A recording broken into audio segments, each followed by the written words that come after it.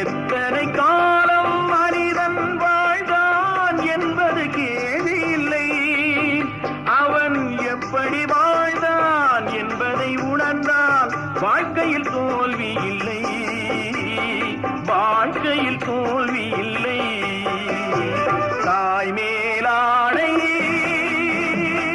தமிழ் மேலாணை, தாய் மேலாணை, தமிழ் மேலாணை, குருடர்கள் கண்ணை